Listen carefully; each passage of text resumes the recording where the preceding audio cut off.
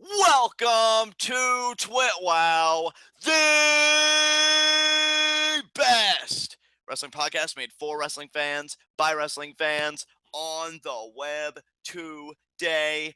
I'm John, that's my co-ordinator commentary Ashton, and this is our Monday Night Raw review.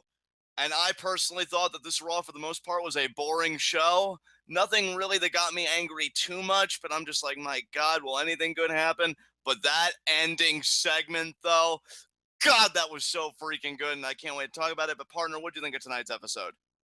You know, there are some cases where I really like when a show starts off with something that affects the entire rest of the show and then kind of has like a blow off of the main event. And that's kind of what we got tonight. But I think the one real condition for when I don't like that kind of show is when you're building up to the biggest pay-per-view of the year. Right. I wasn't a fan of that, and I have a lot more to say about it when we get to our first segment. So if you want to go, let's go. Let's get right into it. Heat of the night, and partner, floor is yours. Okay, so here's my thing. We are less than 3 weeks away from WrestleMania, 20 days away from WrestleMania. And rather than choosing to actually tell stories that can make people more interested in the various matches that you're putting on at WrestleMania, you build this entire show around a firing angle and again, then nobody ended up getting fired anyway. Right. I mean, at the very least, if Mick got fired like you anticipated, I feel like that would have been the meat on the proverbial bone. But that didn't even really happen here, technically, so I totally see where you're coming from. Yeah, I mean, I don't have a problem with building a show around an angle. I can dig that. But what I have a problem with is when you build a show on the road to WrestleMania, and especially this close to WrestleMania, around something that has nothing to do with WrestleMania. Exactly. I can totally understand that. I think when you're this close to WrestleMania and you're the quote-unquote flagship show, all of your priorities need to be on building to that show. I completely agree. Yeah, so that was really my biggest problem of the night. It was really frustrating. We had like 2 or 3 matches tonight that were really only happening because of the firing angle, and they didn't build to anything that involved WrestleMania, and it was just annoying and frustrating, and it led to the show as a whole feeling very bland and boring. Yeah, I can certainly agree with that. If there's anything else you'd like to say about it, then I will air my only nitpick of the evening. Go for it. Yeah, my only nitpick, and you know, it was very interesting, because I remember we talked a while back, and I'm like, oh man, you know, Raw is 3 hours, and then you corrected me, and you're like, well, there's a difference between something being 3 hours and being bad, and something being 3 hours and being quality. What I love to go to these days, the movie we watched, Love Exposure, is an amazing movie, and that was 4 hours, and neither one of us felt it, right? And I realized now, like, this Raw really crystallized that. We had 3 non-finishes on this show. Nia Jax Bailey, Cesaro versus the Realist Guys, and then there was one other match, and I can't remember what that one was. But Owens and Joe versus Zayn and Jericho. That's right, and that's the only match I really like, the non-finish, and we'll get more into that later. But it just shows me, like, we don't really have any ingenuity here when it comes to Raw. And another thing, like, we had a match like Big Show versus Titus. Now, here's the thing. I'm not going to shit on that match necessarily because I just barely get it. It's about the Andre the Giant Memorial Battle Royal, which, again, sucks for Big Show when he worked this hard anticipating Shaq. And I was going to be in the Battle Royal again. But, like, can't we do something more creative than this? Like, I would love if they incentivized the Battle Royal. Like, hey, if you win this, maybe do something like they're currently doing with the New Japan Cup. You can either challenge for, you know, depending on your brand, U.S. or World Heavyweight or Intercontinental and World Heavyweight, you know, and do something like that. But it's just like, it's a trophy. And, I mean, Baron Corbin's doing fairly well, but whoever wins, it's not like they blow up like gangbusters. You know what I mean? It's not like they go and do this huge stuff. So it just really leads me not caring, and, you know, this match suffers because of that, plus the Big Show overexposure that we've been talking about. So, yeah, I mean, 3 non-finishes, some pointless matches that were very quick, I might add. There were a lot of quick matches on this show outside of non-finishes. And, yeah, I just really see a lack of ingenuity here. It's like they know that 3 hours is too long, and they don't even bother to try. So I just wanted to get that out there. Yeah. So There was one other thing that I wanted to bring up, and I won't call it a full blown heat of the night, but it is a nitpick. Yes. And the reason it's not a heat of the night is because I feel like it falls under a category that I'm okay with, but the specific type of problem it is, I'm not okay with. So, just to clarify, I'm okay with Raw going off the air with heels standing tall. I'm cool with that. But what I'm not a big fan of is when the authority is always the ones that are standing tall. Like, I don't like this idea that the authority can come out and say, guys, we're the authority, we run things, and if you stand up to us, we are going to destroy you. And then they get proven right because that happens. Right. I could see what you're saying. See, I was kind of torn about that because on one hand, I feel like Seth's been through so much and we're this close to Mania. I think you have to give him something. And yet, on the other hand, if we're really committed to a babyface Rollins and they want to try and do it right, I actually do kind of appreciate that they're really piling it on and then he's really got to prove it like at the big stage. But at the same time, again, I do totally get where you're coming from because I struggle with it too. So. Yeah. So that's about it. And I'm guessing you only had your one nitpick? That's right. So with that said, do you have anything else you want to say? I do not. Okay, let us get right into our Monday Night Raw review. Now, we first open up with a recap of last week's Raw, particularly the Goldberg-Lesnar segment. We go from that to our first formal segment. Brock Lesnar and Heyman open up the show.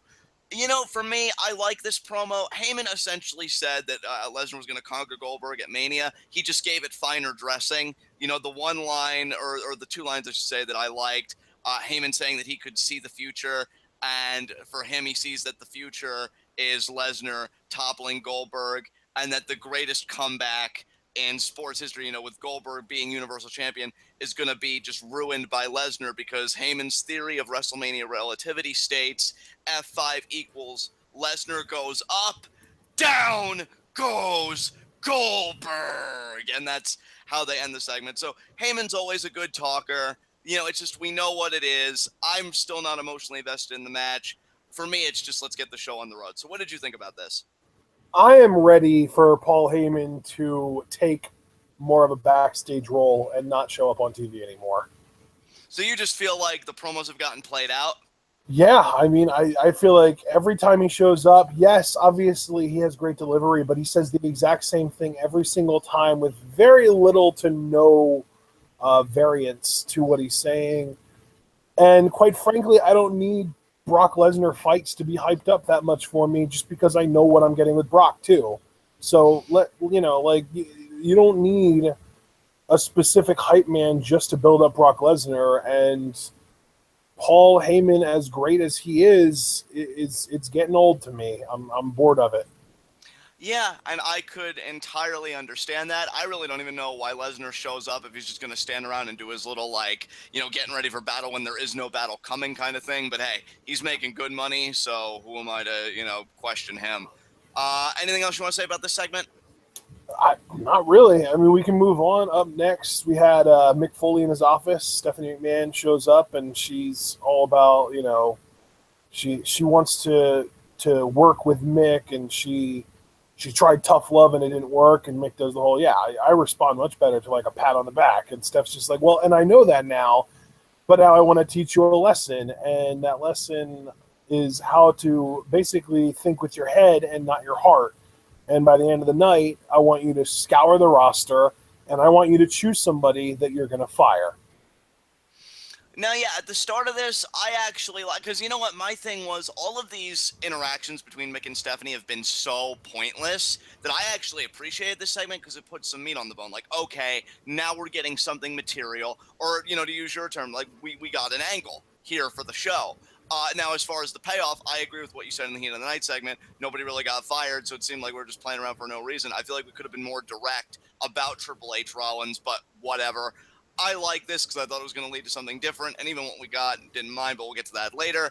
Do you have anything you want to say about this? Yeah, I mean, this really was the most frustrating segment of the night to me because this kind of set up that like ticking time bomb where you know that something big is going to happen later in the night, and the big thing that ended up happening had absolutely nothing to do with anyone getting fired. Exactly. I mean, again, I completely agree. I wish they just could have been more direct about what we were getting instead of putting us on a goose chase, for no reason. But it's Raw. I really have low expectations at this point. This was Moving on from basically that, the WWE's version of clickbait. yeah, perfectly Like, articulated. I can see the BuzzFeed headline now. You won't believe who this general manager fires by the end of the night. Exactly. I mean, honestly, I couldn't Stay have said tuned that for myself. more. Yeah. I just, again, I just wish that they'd put more effort into things. And again, to me, this Raw screamed, hey guys, we know we have 3 hours too. And like you, we're just as spent, except, oh wait, we're getting paid to do this, so it's worse. No, I was even going to say, to me, this Raw said to me, like, hey guys, we hope we've built WrestleMania up enough for you because we're not going to try anymore. I feel like they look at SmackDown Live and they're like, you got this, fam. Yeah. And they just recline back in their chair. But moving on from that, our first match of the night, Sasha Banks with Bayley at ringside versus Dana Brooke with Charlotte at ringside. And I use the term match very loosely. This ends very quickly. Sasha gets a roll-up, gets the win. This was more about the post-match. Charlotte grabs the mic, says Dana's pathetic. That was a disgrace. You're not going to ride my coattails to Mania.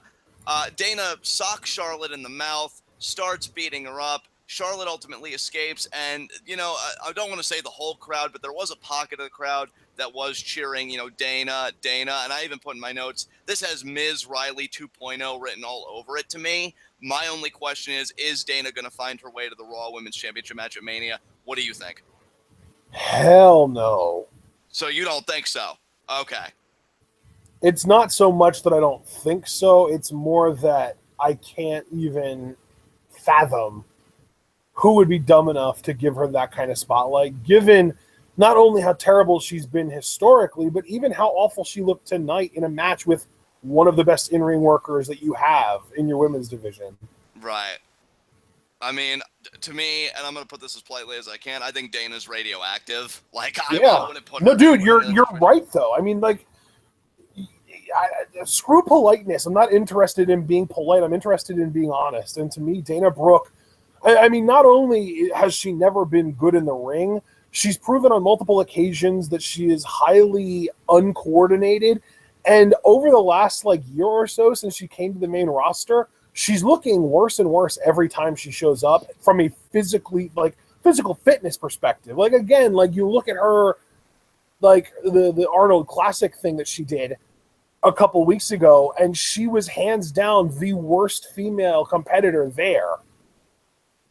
I mean, you just said you're not interested in politeness. Well, here's me not being polite. I think with all the female talent we still have down in NXT and the ones that have been signed, and you know who I'm talking about, I wouldn't be surprised in a year's time, two at most, and that's in my mind being charitable, Dana Brooke's gone because they're just trimming the fat. I don't see where she fits. You know what? I'll up it to 3 years just because sometimes Vince never knows when to quit his pet projects, and that's kind of what Dana is. Right. But with the women's tournament coming up here in May, I believe is when it's supposed to be, and all the talent they already have in NXT, Dana is going to be obsolete before the end of the calendar year, and then I'll give Vince 2 extra years to figure out that she's obsolete. Now, the funny thing is we give those estimates, but let's be real here. I mean, you think about talents. Now, granted, these are male, but Swagger stuck around for years. Titus, JTG even made a joke of it. So really, here's the thing. Even if Dana sticks around for far longer than we anticipated, she won't be doing anything. That I can say definitively. She really will just be that person in the background that only appears every once in a while, maybe against a debuting talent that's far superior or this or that. I don't know. I could just see her really being relegated hard. But yeah, Dana, she's babyface now, I guess. I cringe thinking about where this is going to go from here. Do you have anything else you want to say? To me, the worst part of this segment was that the crowd actually cheered her. Yeah, like I said, a pocket of the crowd. Dana was a chant, and that's why I said Ms. Riley 2.0, because even though I don't care for Charlotte, she is the Miz in this situation in the sense that I think they're only cheering for Dana because they hate Charlotte. That's it. The moment Dana stands on her own. Well, and even then, I mean, I agree with you. I agree that there's no real reason to have any kind of emotional connection or attachment to Dana herself. They have that emotional connection with Charlotte where they hate her, but they don't hate her enough that the whole crowd got behind it like they did with Riley. Exactly. And that's why I've really been emphasizing the word like pocket or segment or whatever you Yeah. want. Like not the whole crowd is behind this. Yeah. You know, and Most of that's the crowd was sitting on their hands, not caring about what was going on in the ring because Charlotte is not over. She's just bad, and people boo her for that. And you know what though, like, and this isn't even necessarily a defense of Charlotte, because I'm not saying you're wrong, but I think another thing that hurt it was kind of start-stop too, because there was a time where they were really aggressive about Charlotte berating Dana and abusing her, and then remember that Dana had that one segment where she slapped Charlotte and did the triple threat, and then she lost, but then she immediately tried to curry back up to Charlotte, and then it just kind of stopped. Like no tension, no anything highlighted, and then now you're picking it back up again. It's like, how's the crowd supposed to care? Even if you think both people are awful, right? It doesn't change the fact that from a narrative perspective, you took your foot off the gas, and the moment you do that, nobody's going to care. You know, I feel like they did this way too late if you really wanted to do it and really wanted to try and get Dana over as a babyface, and I can already see failure written all over this. That's my honest opinion. Yeah. You know what's kind of crazy, though? Because I'm seeing people in the chat talking about how Dana Brooke is going to be the new Alicia Fox because someone else said Dana is going to be a jobber. Fun fact, Alicia Fox is only 30 years old. She's only 2 years older than Dana and the same age as Charlotte. Yeah. And I actually like Alicia Fox when they give her time. Like, the whole crazy thing that she's been doing for the last little bit, like, I find that entertaining, which is more than I could say for Dana Brooke. I mean, compared to the two women that I just mentioned, to kind of compare her age to, she's leaps and bounds better than both of them at everything. Absolutely. Except acting. She's a really bad actor. Yeah, but you know what? I even feel like she's so bad she's good, and I can't even say that about Charlotte or Dana. Like, I just don't enjoy it. Whereas, like, with Alicia, at least I could get a good chuckle out of it. But I've wasted enough breath on these two losers. Do you have anything else you want to say about these two? Up next, we found out who our Warrior Award recipient would be this year, and his name is Eric LeGrand, a former Rutgers defensive tackle who got paralyzed from a football collision. Yeah, very, touching video package. I will say, while I'm happy for the young man and everything, it is funny what Warrior originally conceived the award to be. Yeah, it was supposed to be for, like, the backstage guys. Yeah, exactly. All these backstage people that never get a thank you, never really get seen, and it's just I ain't gonna change. But again, not to take away from the young man, I am happy for him. Because giving awards to backstage people that nobody sees doesn't benefit WWE quite like the charity cases. Exactly. Couldn't have said it better. So I mean, after all, remember, guys, Stephanie McMahon blatantly tweeted that charity was the future of business and that it would make companies look good. Yeah. So I couldn't have said it better. Let's move on. We get a cruiserweight tag team match. TJ Perkins and Akira Tozawa versus the Brian Kendrick and Tony Nese. I really like this tag team match. I like the teamwork of Kendrick and Nese. Talk about it. I completely zoned out during this match. Excellent. Well, Kendrick and Nese, I thought, had some great teamwork. Like, for example, they showed something that happened during commercial where Tozawa looked like he was going to hit Kendrick. Kendrick backed away, but then that allowed Nese to capitalize and, get Tozawa wrapped up in the ring skirt and hit a drop kick. So, I felt like Kendrick and Nese in parts had some good synergy here. I love Tozawa in this. I really noticed, like, he was going after Kendrick, so I felt like he was, like, exhibiting some character work and building the feud. Like, for an example, Kendrick and Nese looked like at one point they were going to double team Tozawa, and when Tozawa countered, he kicked Kendrick, and he wanted to chase after him. When Kendrick escaped, Nese tried pulling Tozawa back, like, hey, I'm the legal man, pay attention to me, and Tozawa punched him right in the mouth. So, like, Tozawa was totally fixated on Kendrick. I really like that. I feel like that was a nice touch. And again, Tozawa is just taking this cruiserweight division by storm. Heels do win, though, because TJ Perkins is worthless, and he gets rolled up by Nese, and Nese has a handful of tights. And I put in my notes that whichever babyface beats Neville for the title, which I'm assuming will be Aries, and we'll get to that later, I hope Nese is a program. Like, he gets a title shot down the road. He is so good, and yeah, I was happy the heels got the win here. Yeah, I was going to say, I mean, TJ Perkins is worthless, but anyone could get pinned by Tony Nese. He's awesome. That's true. Tony Nese, well, I mean, he is, the perfect athlete. So Premier. Yeah, Premier. I mean, he's also perfect, but yes, Premier is his name. With that said, we go from that to a club interview. No, did you see this? Or did you zone out for this too?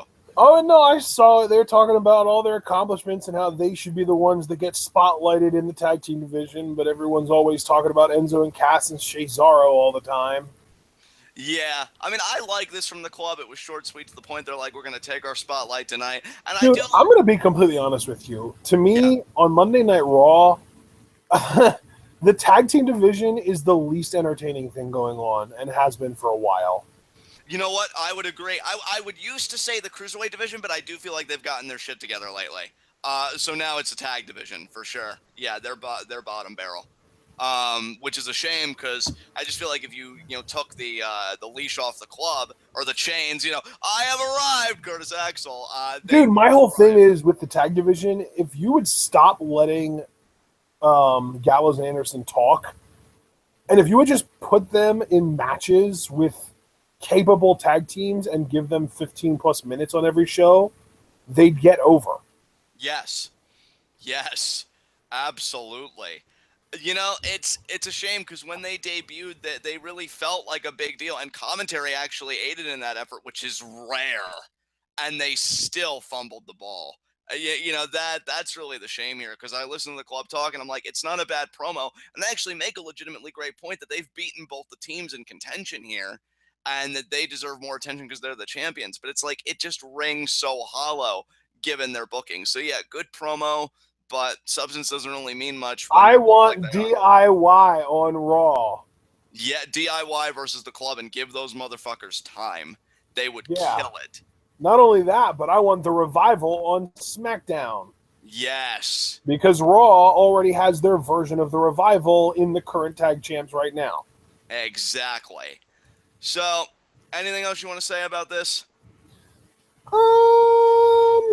I'm gonna go ahead and say no, just because, like I said, Gallows and Anderson are not interesting right now. Sadly, I love these guys as performers, but there's only so much you can do depending on how you're used, and these guys aren't being used well. So, absolutely, we go from that. Speaking of people who are talented, but I'm already bored with, Kevin Owens got a promo up next. Oh no! Don't tell me you're bored with Kevin Owens. What the fuck? What happened? I love this promo. So what's going on? Oh no, the promo was fine, but it was repetitive. I mean, I thought it was great because he, I even said, like, man, I absolutely love this. I love that Owens kind of turned it back on everybody and said that Jericho was the one that turned on him, or that he was going to turn on him, so that Owens was really the victim here. Yeah, and so, he was being so really, Owens isn't so much a victim as much as he's a fake paranoid person, because he's not actually concerned about Jericho turning on him. He's just trying to say that he is to cover his own actions. Look, he's just trying to do what's best for him and his family, all right? He could have been a victim, all right? And he was just protecting himself. So you know what? I was hearing Kevin Owens talking. I'm like, my God, he is absolutely right. Samoa Joe could have turned on him in this match, but he didn't attack him. Yeah, that's true. But you know what? Owens and Joe are a part of a greater collective known as Triple H's new pet project, or whatever the hell he's doing. So yeah, and Owens and Jericho were supposed to be best friends. Yeah, but they never were. Jericho was just a tool, literally, on both fronts. I mean, he's a tool in his life, and he was a tool for Kevin Owens. So, he served a function. Well, I mean, you're kind of contradicting yourself here. You're saying that Owens attacked Jericho because he expected Jericho would attack him, but then you're also saying Owens, didn't actually care about Jericho. So which one is it? Well, I mean, Owens didn't care about Jericho as a friend, but he did perceive him as a threat. He even said, like, Jericho just wanted to get close to his Universal Championship. And you know that to be true. I mean, what I'm not really a big fan of is that this is a different explanation than the first time. Because his first explanation was Jericho stopped being useful the minute he accepted Goldberg's challenge for Fastlane. Right. I love that explanation, because that's Kevin Owens being a sociopath. Now, all of a sudden, this week, he has a new mental disorder. He's a paranoia. You know what? I will give you that. It is an inconsistency. I don't know. I just enjoyed the mic work, and given that Raw is hemorrhaging on the WrestleMania card, this is one of the more promising matches they have on their half, or I should say 3/4. Yeah, I was going to say 2/3 at least, but you're probably closer to right, honestly. Yeah, and but I will grant you that. I will give you that ground. Although, hey guys, we have 20 matches on WrestleMania. Raw has 15 of them, though. Exactly. Um, he does have a great closing line though that I enjoyed. Owen says that when it's all said and done at WrestleMania, the only thing that will be left are the tears of Jericho. Cry it out, man. And he says, "Who needs a best friend when you have a destroyer?" And then you cue Samoa Joe, and then we go right into our tag match: Kevin Owens and Samoa Joe versus Zayn and Jericho. But again, barely a match. I feel like that they get going a little bit. But then there's a point in the match where like everybody's ganging up on Zayn and the ref's like, "Hey, stop it." And then Owens like, "No, I won't actually." And they keep beating down Zayn. And the match gets thrown out. No, I don't want to. You know what though? And like again, I don't like that You we know got. what? Please. I don't like that we got 3 non-finishes tonight, but I do like that this one ended that way. Yeah, I agree. Because I love that the heels that look like Kevin Owens and Samoa Joe do got to stand tall. They're the schoolyard bullies. It makes all the sense in the world. And I love it. I'm a big believer in picking on the weak, and there is nobody weaker than Sami Zayn. So, I mean, he absolutely got what he deserved. And Jericho getting powerbombed, well, maybe you shouldn't be such a little baby back bitch. So I was completely supportive of all of this. This was amazing. Yeah. I definitely agree with you that if any match on this show made sense to have a disqualification finish, it probably was this one, especially because the people involved in this are going to end up facing each other at WrestleMania. Exactly. So you really have to protect all 4 guys, nobody really getting pinned or submitted. Yep. So that was that. We go back to Mick and Stephanie. Oh. Who's Mick gonna fire? And then Nia interrupts because she says, she wants in on the women's championship. Did she volunteer? No, unfortunately. She did volunteer to be a part of the women's championship match at Mania. Because she says, that wasn't a volunteer, that was a demand. She said she put Sasha Banks on the shelf and she barely, pinned her, at Fastlane, like barely, beat her. That was such a I beat her up, but it was close. It wasn't like dominant, but she technically, she pinned me. Well, it was such a wrestling isn't wrestling thing. Like, oh, but I hit you a bunch of times. Yeah, but I won. That was really the vibe that I got. And Mick was about That's to say, not how this works. Mick was about to say, well, Nia, you've been impressive. And then Stephanie's like, Mick, let me handle this. She's just like, Mick, your simple mind might not be able to comprehend what's going on right now. I have significantly less concussions than you do, Mick. I'll do this. And she says, Nia, you're going to face Bayley tonight because Bayley's just the go-to when you want to get a shot at the women's championship. I mean, probably because she is the champion, but I digress. So, yeah, we're getting Nia versus Bayley tonight. I'm already sick of that match, and that's a shame. I really thought they should have kept it in their back pocket. And that match was another one that had a disqualification finish. Indeed it did. And then we go from that to another segment. Mick says he's going to take a walk, and Steph's like, oh, do you want some company? And no, actually, that's why I didn't even wait for you at the door, idiot. So then Mick is confronted. Jinder shows up. Jinder fucking Mahal. And then he says, oh, I'm a main event caliber superstar. Hey, give him credit. That was the promo of his career because anybody else with his credibility would have corpsed. And he didn't. He actually said it with a straight face. Rusev was holding me back. You know what the sad thing is? Rusev's apparently getting surgery, what I read. I hate that he's out again. Yeah. God, that sucks. Because I'm thinking, well, at least we get our Rusev-Mahal match and Rusev can just bitch him out. But no. Who does Mahal get? Roman Reigns. And, I've got something to say about that segment later, too. So do we actually get that next? Oh, no. No, of course we don't. Up next was our New Day Talks. This was my least favorite segment of the night. I really didn't care for this. This was another segment I zoned out for.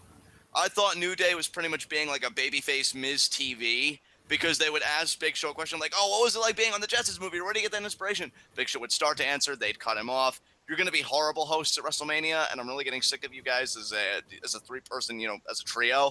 I'd really like to see them branch out and do something interesting. You just want Big E to go after a world title. I do. I do, and I want Kofi to go back to mid-card hell, and I want Xavier to thrive in the cruiserweight division. So, yeah, everybody can do something. But, yeah, That's so Titus, mean. I don't care. Titus O'Neil interrupts and says, Guys, oh, don't you all want Kofi Kingston back in mid-card hell where he used to be? how dare he try and progress at something? See, that's why I could be a suitable Raw GM. I mean, me and Stephanie are practically alike.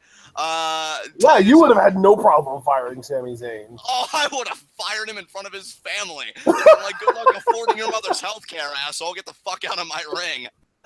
Oh, God, ruining lives is amazing. Oh my Of god, course. I only say that, though, until it's happening to me, because Titus is just committed to ruining my life. He interrupts this segment and says, hey, you know, who's in charge, huh? I wanted to be in that Jetsons. I love the Jetsons. Okay, Titus. I'm so glad you're passionate about this. More than anybody. Nobody asked you. I mean, I don't remember giving you the right to have an opinion, but I mean, you know, whatever. And then Big Show's like, hey, man, you know, I don't really have any control of that. We'll do something about it. And he shoves Big Show. Because, you know, What Titus. Idiot. Titus really is the poster child for poor judgment. He really is. I mean, between grabbing Vince and kissing his son on the lips in front of a worldwide audience and, like, trying to cut promos ever, like, yeah, he makes really bad decisions.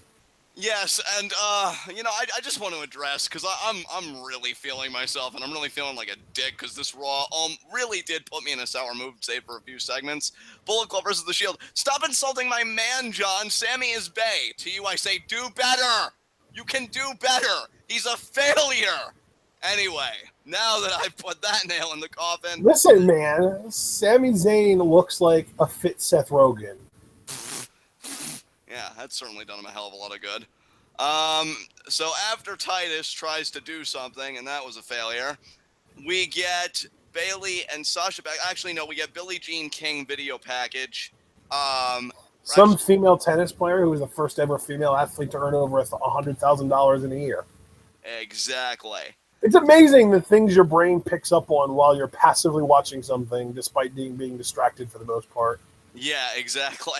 And I should apologize. I actually jumped way ahead. I feel like my notes were on the wrong page, but I'm glad we covered that anyway, because that's just glossed over. What we actually did get after New Day Talks was Enzo and Cass versus Cesaro. Versus Cesaro. You know, I'm guessing those were your thoughts on the match. It was so all just make it stop. Yeah, I mean, again, I really don't even know why. I've legitimately gotten to the point that when Enzo and Cass's music hits, I groan because I'm that sick of them. See, and I didn't even think it was a bad pre-match promo. It's just, one, I feel like Enzo is just written horribly. And two, again, why do we even do a match that isn't even going to be a match? Because, you know, honestly, it was going kind of good because Cesaro's a beast, and I feel like everybody's kind of putting their back out there. I'll give them that. But then the club comes out, and they lay waste to everybody. So, again, it's worthless. Utterly worthless. As far as I'm concerned, John, I've got 2 words for Enzo and Cass. Okay. Overexposed. I could agree with that. Absolutely. And just you thought I was gonna say suck it, didn't you? No, I didn't. You're too smart for that. But, well, thank you. You know, and again, just my opinion, but I was thinking back to their NXT days, and like, yeah, these guys always did talk like the way that they talk, but I feel like Enzo, he was always more of a scrapper. He never really thought he was like bigger than anybody else, and that's the vibe that I get here though on Raw, and that's why I think it rubs me the wrong way.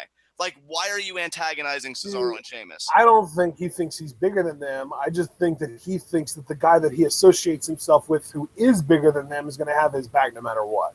And see, like, they did, I guess, a similar thing in NXT, but it was never this obnoxious to me. I'm telling you, man, the current gimmick that they have is leading them down the heel path. Right. If it wasn't, I'm legitimately going to say, if it wasn't for their catchphrases, they would be getting booed right now. Bad.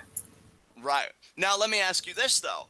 Because you say that, how would you feel about these guys as a heel act? Because they debuted as a heel act, didn't they? But the crowd just wouldn't hate them. Well, Enzo debuted as a heel act in NXT.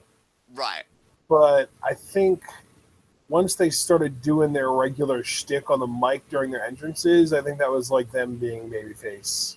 Right. I wish I had a reason to care. I really do, and I just feel like I haven't been given one. I had to kind of smirk though, because I know how you hate a cup of haters, and it actually manifested into a literal cup of haters as part of their pre-match promo. So I'm like, wow, we're doing it. That's great.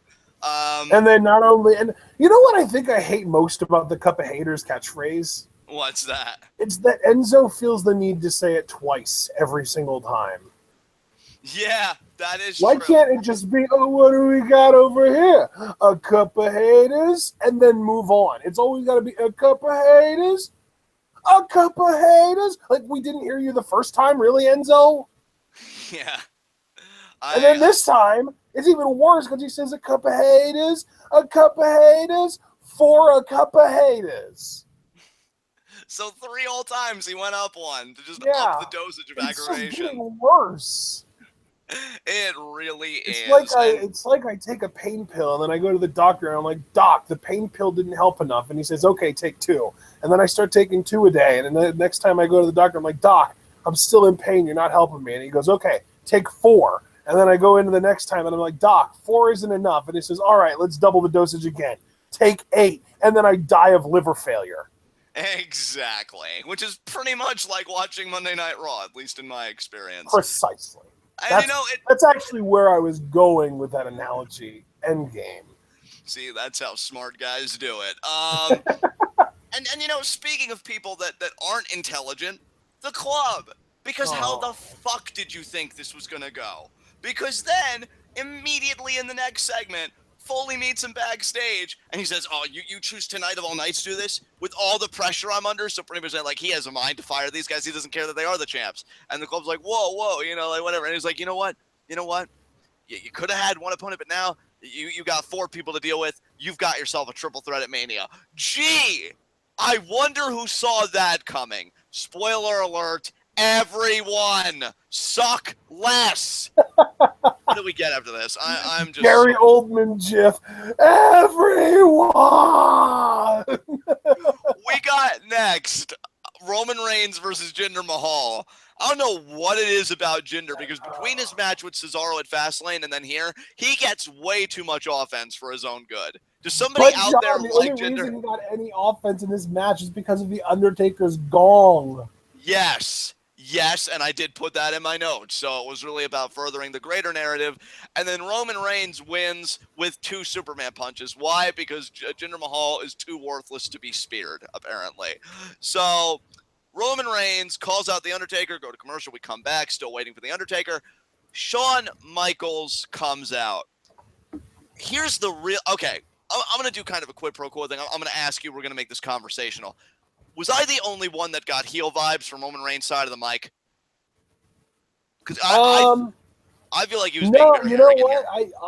I feel like they had an opportunity to pull the trigger on a Roman heel turn here, and they didn't take it. Because if he would have physically done something to Shawn, even something as simple as like a Superman punch, where Shawn could have just taken a simple back bump and it wouldn't have been a big deal, that would have been like, yeah, that's it. Like, he's gone. He's headed for the dark side. But even here, like, he was kind of disrespectful, but he literally, like, the most disrespectful thing that he said in this whole promo was preceded by, with all due respect. So I don't even know if I can take that from him. Yeah, I mean, I could see where you're coming from. To me, I liked what he said, like, about, Detroit, again, no disrespect, Shawn. I didn't call you. I called The Undertaker. So, what are you doing here?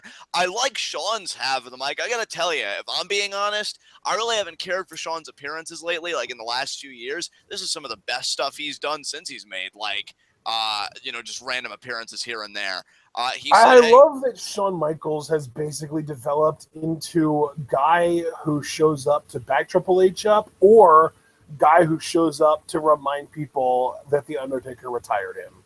Exactly. And, I feel like it actually worked here because, in that match with Jinder, Roman did get very distracted by that gong. Yeah. I forgot one other option. Or shows up to plug a Christian propaganda film. Exactly. So I did like Shawn's mic work here, just saying, look, you're not focused. You need to get focused, and I'm on your side because I know what it's like being that guy that everybody in that locker room that you share like wants to see you fail. And I enjoyed that. And then Roman's punctuating line, all due respect, Undertaker retired you, but I'm gonna be the guy to retire the Undertaker. I'm like, man, that's cool. Reigns is really like got his swagger up. He's got a little bit of cockiness about him. And then he's up the ramp, and this is where my conflict comes in because I can't say I hate it, but Braun Strowman mows him down. Now, yeah. See, this is where I'm conflicted because I love Strowman, and I've been wanting to see him. So I'm glad he put Reigns down. And by the way, just to kind of do a fast forward very quickly, we do know we're getting Braun Strowman versus Roman Reigns next week. But yeah, oh boy, Braun can eat another loss to Roman. Or they're going to do what we thought they were going to do in Fastlane, a gong, lights out or something, Strowman capitalizes, and that's how he wins, and then he goes on to win the armbar, which is what I'm predicting. No, I got to tell you, I don't think they're going to do that because I don't think that the WWE wants the Undertaker's WrestleMania opponent to walk into WrestleMania with a recent loss under his belt. Yeah, I mean, we'll see. I mean, you're probably right. It's just, God damn it. If anything, it's going to be even worse than what we got at Fastlane because there's going to be a distraction. Roman will get distracted, but it still won't matter, and he'll still manage to beat Strowman despite that. God, I hope you're wrong, but again, I even doubt that. But did you get a little bit of a Yoda vibe from Shawn Michaels in this segment? I mean, I guess. This segment, yeah. I mean, I get what you were saying as far as Shawn or Roman kind of having some heelish tendencies on the mic. This segment really did kind of almost remind me of Yoda giving his speech to Anakin Skywalker in, I want to say, Star Wars Episode 2, Attack of the Clones, but don't kill me if I'm wrong. That voice, though.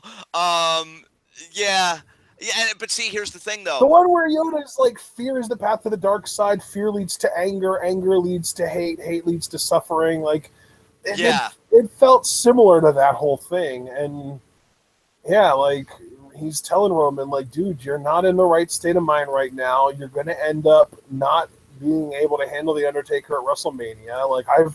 I've experienced the Undertaker at WrestleMania not once but twice. And then 3 times if you count my experience reffing a match between him and my best friend. And then, then we just get oh, by the way, hey guys, don't care, I'm Roman Reigns.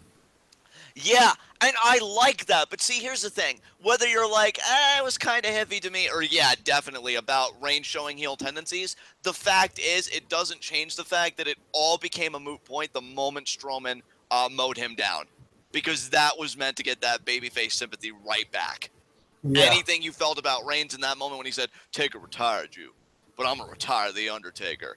Gone the moment Strowman shows up. Well, and not only that, but at the same time, the really funny part is that you're right in that that's what it was intended to do, but it still failed because the crowd was chanting, thank you, Strowman, afterwards. Exactly, and Strowman even knows it. That's why last week in Chicago, he blatantly said, Chicago does not like you. Strowman didn't give a fuck, and I don't blame him, because what do you have to lose? You know what, though? That's really specific wording. It wouldn't surprise me if the WWE expected Chicago to hate him, but they still expect everywhere else to love him. Well, they're delusional. Because, I heard those thank you, Strowman. Dude, are we seriously only just now establishing the WWE's delusional after the last 2 years of Roman pushes? Oh, well, let's get it straight, son. It's not just establishing it. It's just a friendly reminder. Because may we never forget that these are delusional motherfuckers that we're dealing with. And especially the man at the top, the HNIC, Vince McMahon. Exactly. So, we go from that. I mean, you have nothing else you want to say about this, right? No, sir. We can move on. Up next, we had more of Mick and Steph, and she tells him he has 1 hour to make his decision, or she's going to make the decision for him, and he might not like who she picks. Exactly. That's pretty much all that happened. We go from that to an Austin Aries. Emma. You all right? Emma. We had an Emma vignette. Oh, that came later, though. I don't have that in my notes until later. Oh, okay. I must have zoned out at this point. Oh, yeah, because Austin Aries happened, and I zone out when Austin Aries is on my TV, so that makes sense. Yeah, which is what I was getting ready to say. So Austin Aries video package recapping his return and his beef with Neville is shown. We then go from that to Austin Aries versus Daivari. I mean, Daivari, to me, where he's at right now is he's that hand in the cruiserweight division that any act that's debuting, being pushed, whatever the case may be, he can go out there, have a match with them, bump for them, and just really make them look good. That's, I think, his role right now. I still really like the guy. I hope one day his day comes. But Aries does win with his left forearm, and Neville is shown watching backstage. So, very quick match, not much to say. And then we get our Emma video. So because you were so eager to get that, what were your thoughts? I gotta tell you, man, as devastating as it is, and as much as it literally takes a part of my just soul out of my body, to know that they're stalling yet again, and that it's going to take forever for them to bring Emma back in for an actual television appearance, getting these little glimpses of her as her badass self with the shoulder pads and the sunglasses and the pink lipstick and the whole get up still just makes me feel all warm and fuzzy inside. I miss her so much. I essentially said the same thing here in my notes. I mean, look, after talking with you last week when I was raging, because I was pissed, I still am pissed to a degree, but talking with you and talking with Jackie, I said, you know what? At least we're getting video packages of amazing Emma, at her most vicious and her best. And I do actually, no, wait, I can't say that. Never mind. I was going to say I like that happened before the Bayley Nia match, but that actually happened before the Big Show Titus O'Neil match, which was a quick match and utterly pointless. Big Show wins after 3 chokeslams because the crowd enables Big Show. Shame on you, Detroit. Are you implying Titus didn't deserve it? I mean, of course he did, but, does it matter? No, it doesn't matter. Does anything on Monday Night Raw matter, John? Now we're just getting philosophical. I mean, you're right. None of it matters. None of it matters, and we're wasting our time. So there we go. Now that we've established that Raw is the worst. Stay up for SmackDown tomorrow night, everyone. Exactly. SmackDown live reactions. Till then, tune in and peace out. But no, seriously, we still have a show to cover, unfortunately. We get Bayley and Sasha backstage. Bayley seems distressed, because it's Nia Jax. And Sasha's like, oh, Nia's beatable, trust me. Most girls.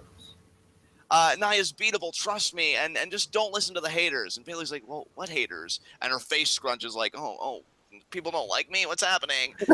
And, Dude, that was actually hilarious to me. Like, Sasha, you know what? If there is anything on this episode of Raw, other than the final segment, the main event segment, that I actually really liked, it's the way that they are treating Sasha Banks' slow burn heel turn. I love it. I enjoy it too, dude. Because, yeah, this was definitely like some passive-aggressive stuff. Like, she was encouraging Bayley, but she's like, oh, the haters, the people that say you're not championship material. But, hey, don't let it bother you. And then that's they not shake me hands. saying that. That's the haters saying that. Just ask Enzo. He knows all about haters. He has cups of them. Her first full-blown heel turn promo could really be exceptional. I'm hoping it is, because I'm enjoying the slow burn too. And yeah, I just can't wait for her to tear Bayley to shreds. I just hope that she's not like cutting a promo and then she like says something about how like none of them stand up to Mia. Yeah. I'm the female Triple H, everybody. So we go from that. You don't even know what you're talking about. Well, we'll see how Sasha cuts that promo in due time. I mean, she's still got a lot of burning left to do, apparently, still pretending to be Bayley's friend. We go from that to a Jericho interview. Jericho essentially says he's going to show everyone the real Kevin Owens on the highlight reel next week. Why would you seriously consider having this guy who literally wrecked your life a few weeks ago on your talk show? Maybe because he still has feelings to get out. They never did produce that network show where you can hold someone and cry. Jericho doesn't have that for comfort. So he's like, let me just use the highlight reel. We seriously need post-Raw therapy. Yes. And I'm not even talking about WWE superstars. I mean you and I and other fans that just hate this show so much. I know, right? God, it's so awful. But yeah, I mean, I am intrigued. And then Jericho does his usual bit. Like, he calls Mike Rome Tom Phillips, and he's like, oh, I'm Mike Rome. Your name doesn't matter. Maggot. Well, apparently it matters enough to Chris Jericho because it was offensive enough to him that he put him on the list. Yeah, like, I know you're Tom Phillips, don't insult my intelligence. Oh, God. Do you know what happens to people who insult Chris Jericho's intelligence? Yeah, you just made the list. You just made the list. Exactly. Oh God, we're actually almost done according to my notes. Thank fuck. Yeah, we are, because the only stuff that we have left is Bayley versus Nia and Stephen Foley and that whole thing at the end, right? Yeah, and I'll tell you right now, I'll breeze right through Bayley Nia because, again, another non-finish. They do the usual story of it. Nia's a lot to overcome for Bayley, but Bayley's been in the ring before with Jack, so she's trying to outmaneuver her. But Nia gets really aggressive at one point with Bayley. Ref tries to back her up. Nia refuses. Calls for the bell, so Nia gets DQ'd, which does throw an interesting wrench because I honestly thought Raw was going to be so predictable that, yeah, you beat Bayley, and you beat Bayley, and you beat Bayley, and you all punch your ticket to Mania. So Nia lost, so she's not going to the match. Just wait until next week when Dana Brooke beats Charlotte, and then the following week when she beats Bayley to earn her way into the match. Yeah. Well, I mean, I thought. And then she wins it. Wait, I thought you told me that you felt like Dana wasn't going to be in the match. No, I'm saying, like, what I was saying was basically if she seriously does end up in the match, the person whose idea that was and the people who thought it was a good idea should be fired. Fair enough, and I do completely agree. And you know what I think is going to happen with Nia? Because she continued the beatdown just to round that out. She threw Bayley against the barricade. I think Bayley's because... going to want her at it. Beg pardon? Bayley is going to want her at it and be like, I want to prove that I'm the best, and I can't do that without Nia in the match. Oh, no. Bayley hasn't vocalized her principles before. I highly doubt she's going to do that now. What I was going to say, what seems far more likely to me, is that I can see them having a kayfabe reason that Mick's not on the show this week because of what went down in the main event segment. And then Stephanie's like, Nia, you may have lost, but I was so impressed with your dominance, I'm going to add you in that match anyway. So I think it's going to be Steph, not Bayley's principles, because they haven't had her show principle before. They're not going to start now. So, yeah, Nia lays waste to Bayley. And we go from that to the main event segment. Foley makes his decision. Who gets fired? Spoiler alert, nobody. Ashton, you go first. What did you think about all this? Well, I mean, the thing is, this was actually a good segment, but I don't really know where you want me to stop talking because, like, there was a lot that happened here. I mean, just go, dude. Just give us your thoughts. I mean, from the Mick, Steph interaction, Triple H's interruption, and then I guess I'll give my thoughts on that, and then I'll hand the ball back to you about the whole, who came out to defend Mick. Well, I guess barely because he already kind of get beat up a little bit. So what do you think about, Mick and Stephanie and that whole interaction to start? Yeah, I thought it was really dumb for the fact that Mick said that he was going to fire Stephanie. Like, I was genuinely curious. Like, when he said, like, oh, I had such a problem, and then over these last, 30 minutes, there was this one name on the Raw roster really jumping out at me, and I'm glad you gave me this opportunity. And I was expecting him to actually name someone, and maybe even himself, but then he names Stephanie. And, he might be right morally in the sense that Raw would be way better off without her, but he's not stupid. He's fully aware of the limitations of his power and control. He knows that he has no power, no control, no authority to be able to affect Stephanie McMahon's job status. He can't do that, and he knows that he can't do that.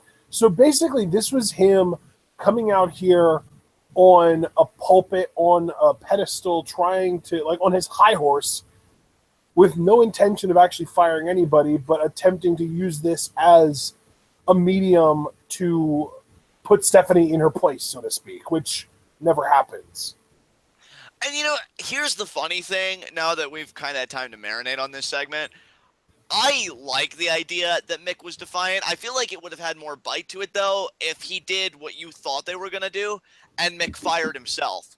If he's like, I'm sick of this. I'm sick of this environment. It's toxic. You're toxic. So I'm taking myself out. And then if you wanted Triple H to come out and they laugh at Mick because they're like, oh, way to ruin it for yourself and your kids, pretty much doing the exact same promo, I feel like that would have carried better. But for Mick to be non-committal and not even make any kind of a sacrifice and just try and use a pulpit and kind of almost, do a kind of masturbation. Martyr. Yeah, but not even really martyr him because he doesn't commit, though, right? Right, yeah. And that's the thing. Yeah, I feel like it would add more bite if he did what you more circle jerky than anything. Yeah, exactly. Perfect. Yeah, as if he didn't pander enough already. Now he's pandering to the internet community by saying, "Oh, Stephanie McMahon's the worst part of the show." Yeah, thanks, Mick. We got it. Exactly. So Stephanie, of course, gets all angry. Rah, rah, rah. Triple H comes out. And he does a good promo here. Just, pretty much saying, Stephanie, she likes you. She's amused by you. Mick says, I can't believe that you're out here. You're always in the shadows. So they have a nice little back and forth. But really, let's get to the good stuff, huh? Triple H is like, get the hell out of my ring. And Mick seems like he's going to, but he just stands off in the corner. And then Stephanie's like, let that be a lesson to all of you. You should all go to work tomorrow, and you should thank your bosses for giving you a job.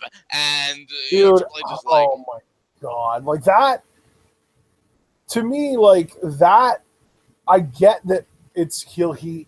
But again, Stephanie's never going to come up as anyway, so it's worthless on her. But even if it wasn't, even if she somehow does, if Bayley manages to convince anybody, including Stephanie, that she should get that moment for herself and give Stephanie her comeuppance.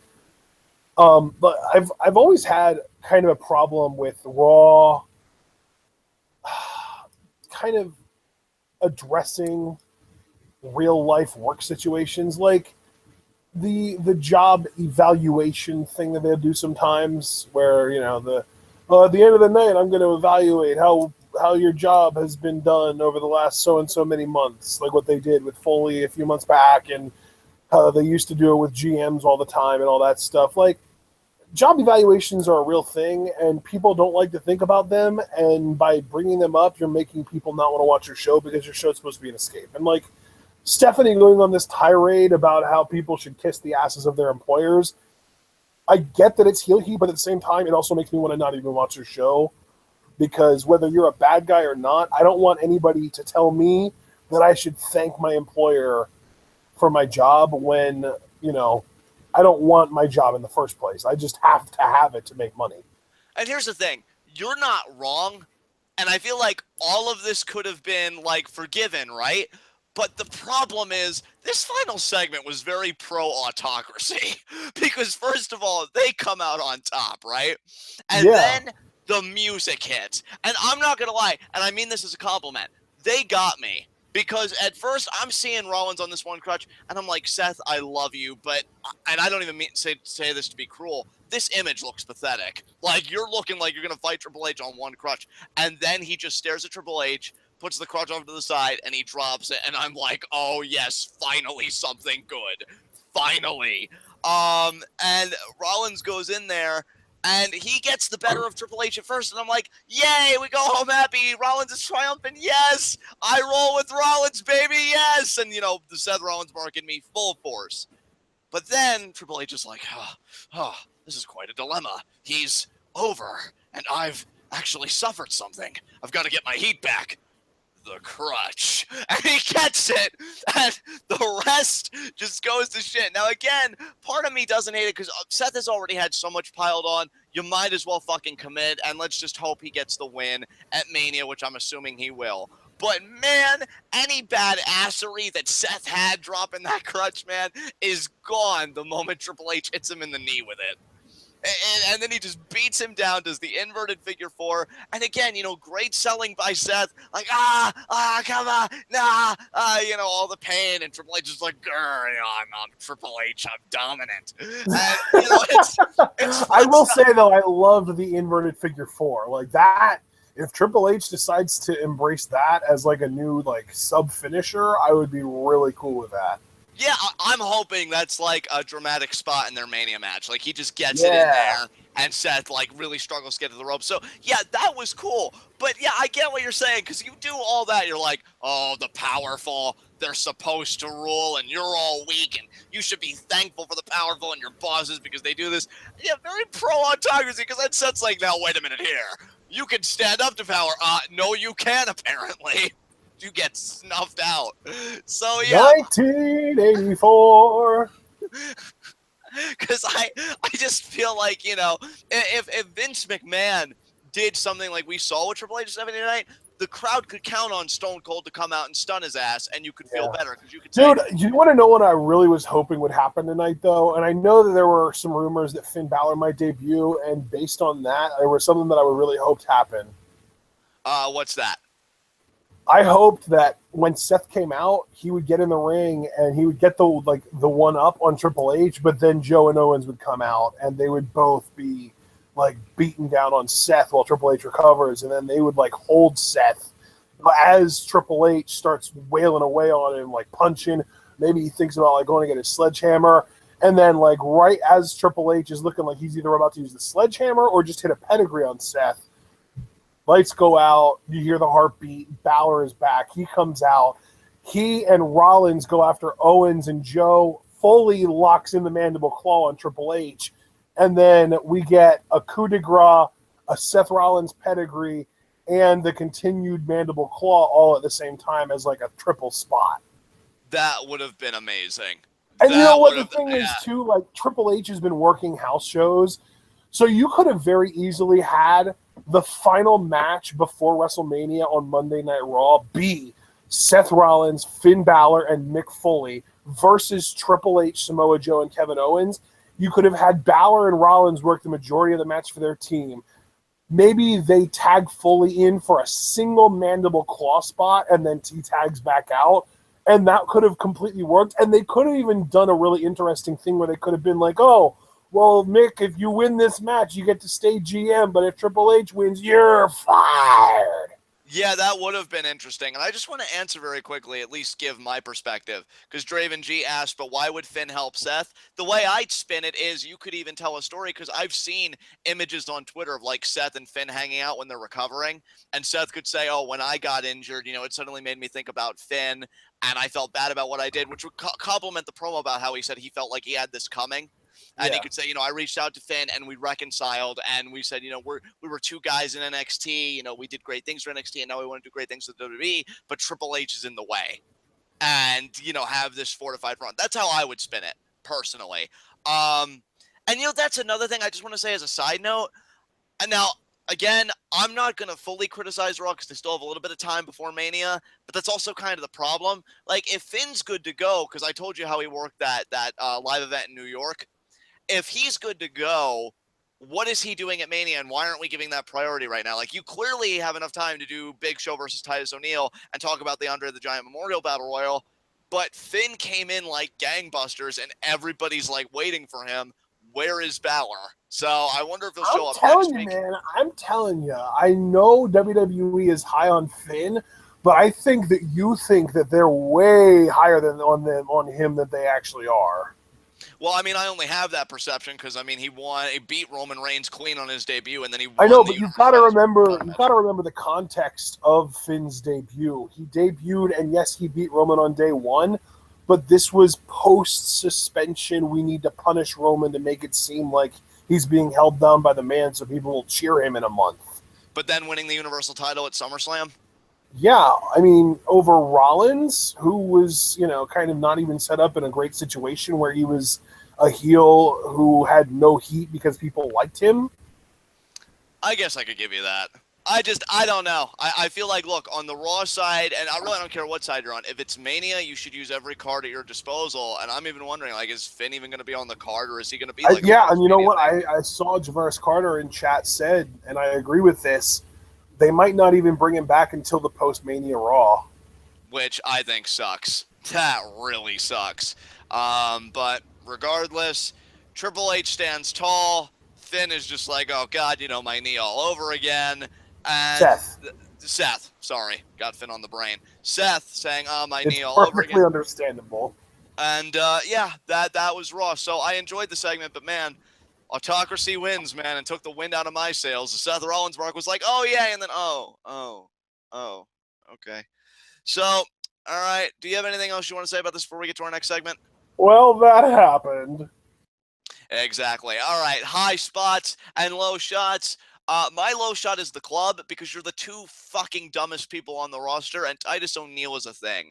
It was bad, and you should feel bad. Oh, if we take out both of these guys, clearly there won't be any repercussions. You could have had a standard tag title match at WrestleMania, and now you've gotten yourself in a triple threat. So they've made more work for themselves. That's a horrible night to have, whether or not you're going to Mania. So, yeah, the club is my low shot. That's fair. My low shot is going to be Dana Brooke because you failed. Yeah. Yes, she really did. Nothing more needs to be said. Um, God, I'd love to give my high spot to Seth, but I really can't now, can I? No, because Um, he ended up getting beat down, and his leg is probably re-injured now. oh my God. Well, I guess he's perfected his Zach Gallen cosplay, so See there's you in that. 3 months, Setho. Exactly. You know what? I guess my high spot.